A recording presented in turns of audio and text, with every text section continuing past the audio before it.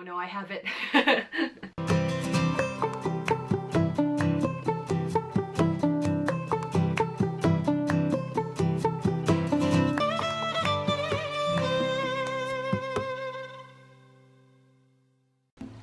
Hello! I'm alive! I have not died of corona. Right. I'm currently in England right now, which sucks, by the way. I'm supposed to be in China.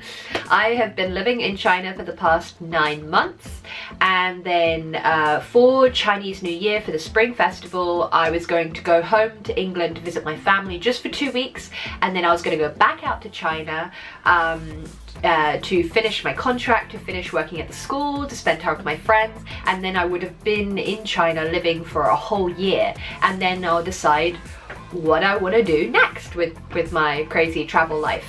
But then a little thing called the fucking coronavirus like fecked it all up. Again, whilst I was in China, we knew a little bit of it, but it was a communist country, and at the time the news was being suppressed, so we didn't know the extent of it or how serious it was. So although we were all wearing our masks, which on public transport you normally do anyway, just to protect yourself from the regular germs, because it's like a huge melting pot of people from all over the place. But this time, you know, obviously when I was flying back, I kept my mask on the entire time, but then you have to remove it to eat your food because it's like a 9-hour flight. So I'm like, whoa, we fecked it all up. I'm gonna get it now, aren't I? But it wasn't nearly as bad as it is now. And now, of course, I'm recording this in March, and China is actually, like, you know, clearing it up. It's the temporary hospitals have been taken down, and there's very few new cases. The death tolls dropped right off. However, now Europe, where I'm currently living, is freaking the feck out, and people are like panic buying. There's a lot of misinformation. You just see the difference between the countries' reactions.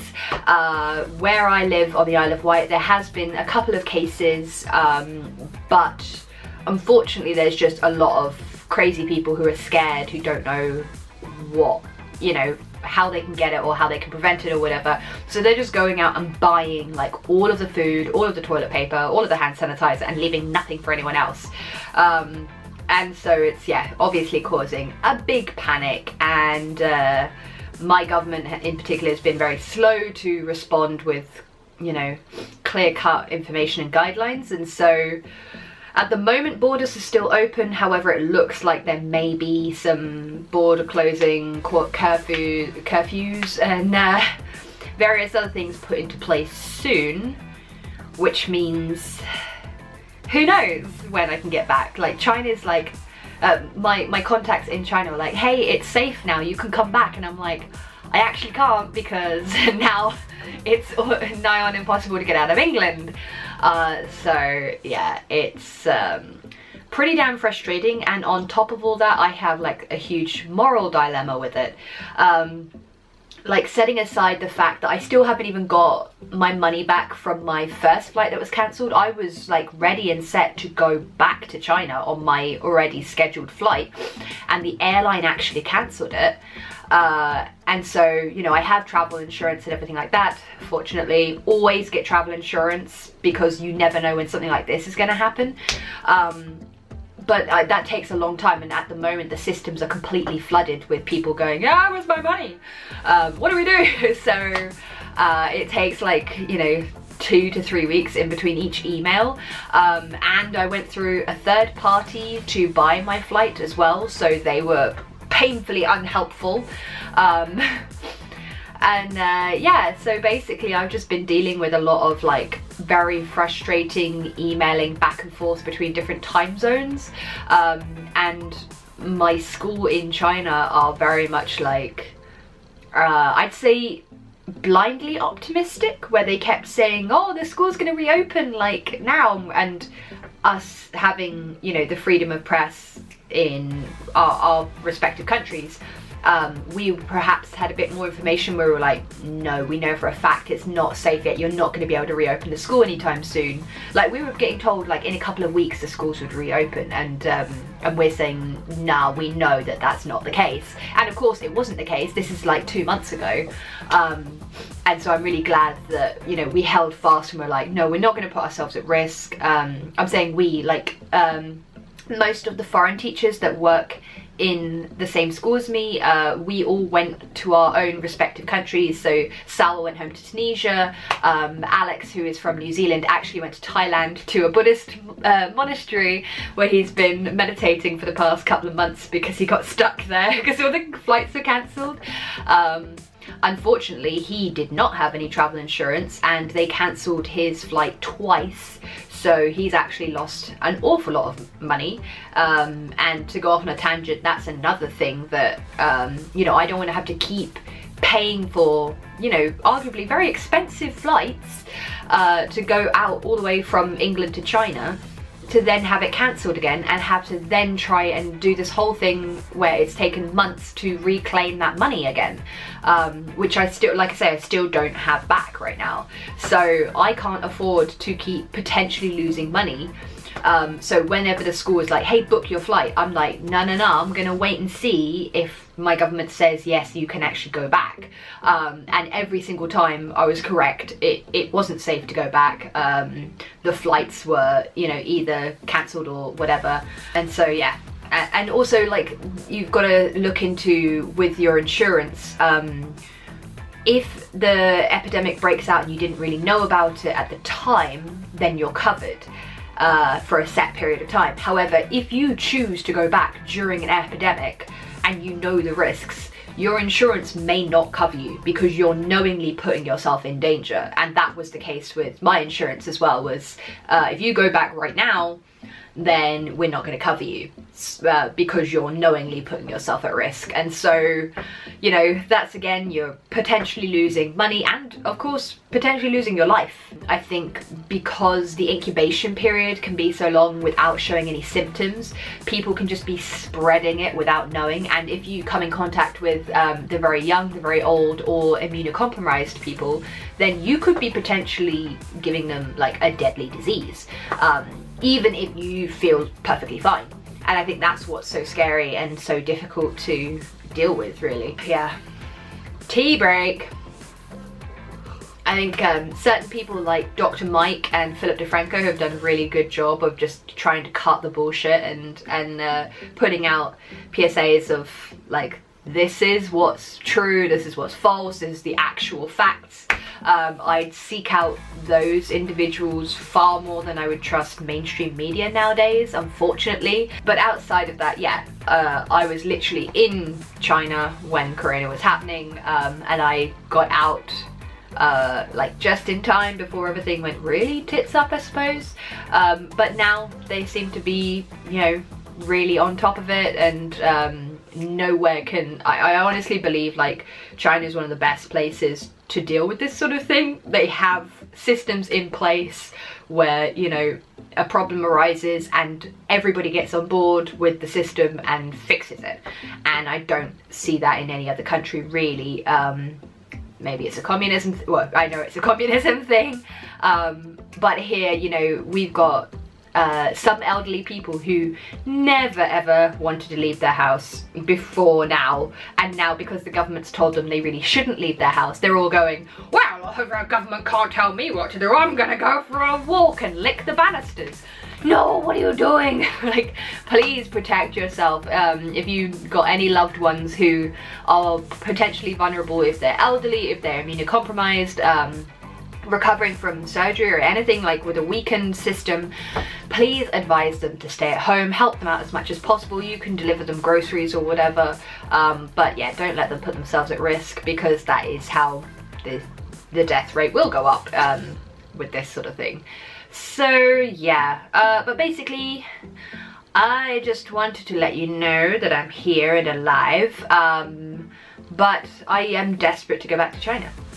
And it's been a really difficult decision to stay this long. At the moment I'm staying with my mum, who I love dearly, but tricky because I am an adult ass woman who has lived by herself for a long time and now having to live back with a parent for a couple of months, where, you know, it's not like I can get another job because right now I have a contract with my school. I have a full-time job in China, which I can't currently access. I actually can't currently access my Chinese bank account either. I can see it online, but I cannot access my money. I can't use the ATMs here, and I can't send from my Chinese account to a British account, because China has this whole stupid thing about where they don't want Chinese money leaving China, but I don't live there permanently. And basically, so I went through an agency who unfortunately have been incredibly unhelpful during this whole system, and my school is a massive mess as well. So I've been dealing with trying to communicate between both of those. The main person who is put in charge to communicate with the foreign teachers at my school does not speak a word of English. So all of our messages are just total gobbledygook put through like a translator that doesn't make any sense. So it's been incredibly frustrating, and basically they're all like, well, when are you coming back? When are you coming back? And all we can say, and I've got that from China and from here. So my family members are like, well, what are you gonna do? Are you gonna go back? I mean, I don't think you should go back. And then my work colleagues will be like, well, when are you coming back? When are you coming home? Like, you know, what are you doing? Like, the school needs you. And I'm like, yeah, I'm caught in between these two worlds, and I feel like I'm insulting my loved ones here by being like, God, I really want to go back to China. But the friends and family that I've made out there, like, they really are my family. I'm not being like dopey. We work together every single day, including our days off. We see each other. We'll spend, you know, 9 to 11 hours every single day together for the past 9 months. You become really close, especially going through difficult situations like we all have together. Our core group of, you know, 4 teachers are really, really close knit. And so having to be away from them all of a sudden has been incredibly difficult, and trying to explain that to friends and family here, because they only hear, you know, well, you've only been gone for 9 months, you know, like, it's not long enough to create like this whole other family, and why would you want to go back and put yourself in danger where you could potentially get this disease, or, you know, and the school can't even reopen right now, so you don't even have work right now. Why do you want to go back? And it's really difficult, like, I think, until you're in that situation, because everything's just on pause, and you don't have any clear direction. Like, if somebody just said, okay, you can do this at this date, and then that's it, then it would be clear. But because, you know, anytime you potentially book your flight back, it could be cancelled at any minute. There could be like a new strain outbreak, or you know, the government could suddenly decide, no, we're kicking all foreigners out. Like, there's so much unknown stuff. On top of that, you know, I've got all this misinformation, miscommunication between my agency and my school. The agency straight up lied to my school and said I had no intention of coming back and completing my contract, which is not the case, and I was furious when I found out that. I think they're just trying to steal all the money. There is a whole big thing about this agency that I think I'm gonna have to try and destroy single-handedly, because they have fucked with my money and my patience one too many times, and I do not want them to mess with anybody else, and I cannot endorse them. So I will do a whole video series about taking down this company, because yeah, it's bad. That being said, my school has not been great. I don't regret the experience, because I say I have met these incredible people. The kids are fantastic, and I've really felt challenged, and I've grown as a person, and living in China is an amazing experience that I wholly wish everyone could experience. But there's also been a lot of stuff that just was not as advertised. It has been far more work than I was told. Again, my money was severely messed with, which has been incredibly frustrating. And on top of all that, now we've got this freaking disease that's going around, making it potentially dangerous to do what I wanted to do out there. So I'm currently torn between two worlds. It's very, very difficult. And I think unless you're in this position, it's difficult to explain.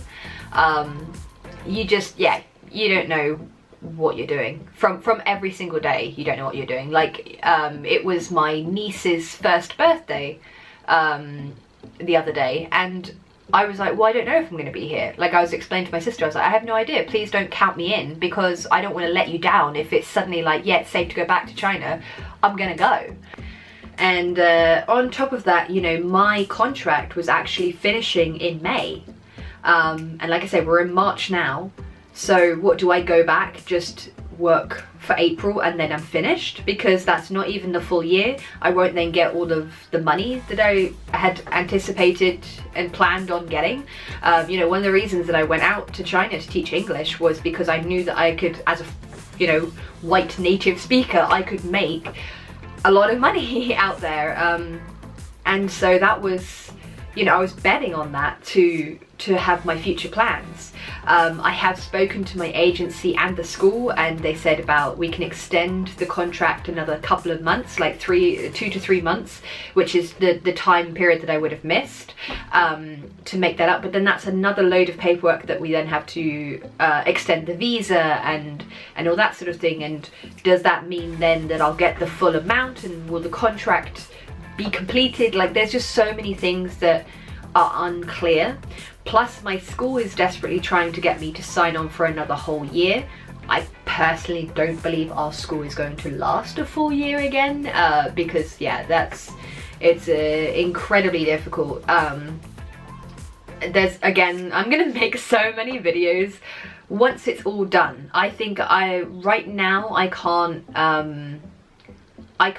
perhaps speak on all of my experiences and the legal stuff of it, because I don't know what my rights are as a foreigner in China, and I don't want to put myself in a bad situation where I'm going to be working with these people for another couple of months. I don't want to be bad mouthing it on the internet and then find out, oh shit, I did something wrong. But I fully plan to, you know, just inform you guys of my honest experience. It's not going to be slander, it's going to be what really happened, to protect anybody else who wishes to go out to a foreign country and teach English. It's just my experience. I'm not saying this is going to be everybody's experience. I've met several people out there who have had different experiences.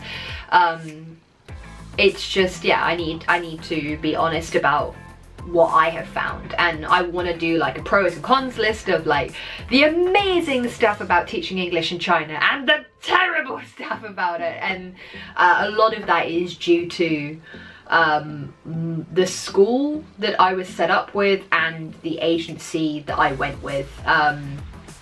I definitely made a bad choice with some of those, but at the time I had very limited information about them. I thought I had done my due diligence with enough research, and there is a certain amount of trust that you need to do when you don't know anybody in that country, and there's big companies that saying that they've got the backing of the government and your government, and they're trusted, and you know, it's all on the up and up, and so you do believe them, unfortunately. I am a trusting little pup anyway, but it's been some hard, long lessons, and I think now that I am 29, it was my birthday the other day, guys. I'm 29, bitches. Ah, I'm old as fuck.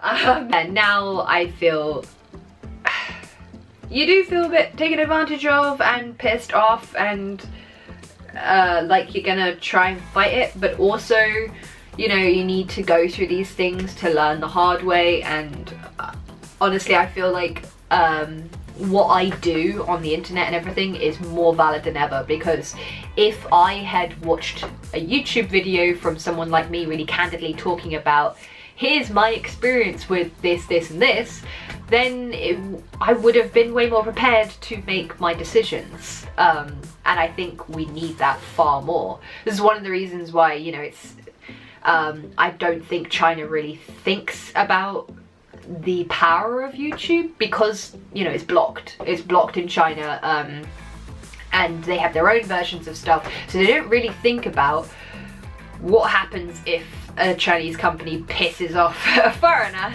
and then they go to YouTube and vlog about it, as I can.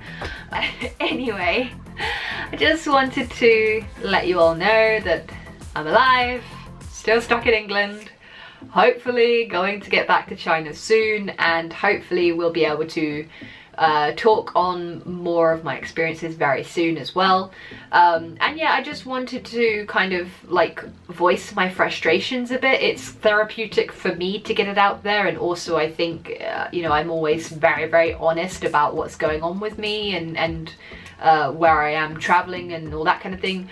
And I think it's okay to say, you know, stuff is frustrating when it doesn't go to plan. Like, a lot of the time, that's some of my favorite stuff, is when it doesn't go quite to plan and you actually have like a wonderful adventure. But when it's like, you know, people's lives are in danger and people's money is being messed with and people's businesses might potentially close, it's really, really difficult to be positive about this.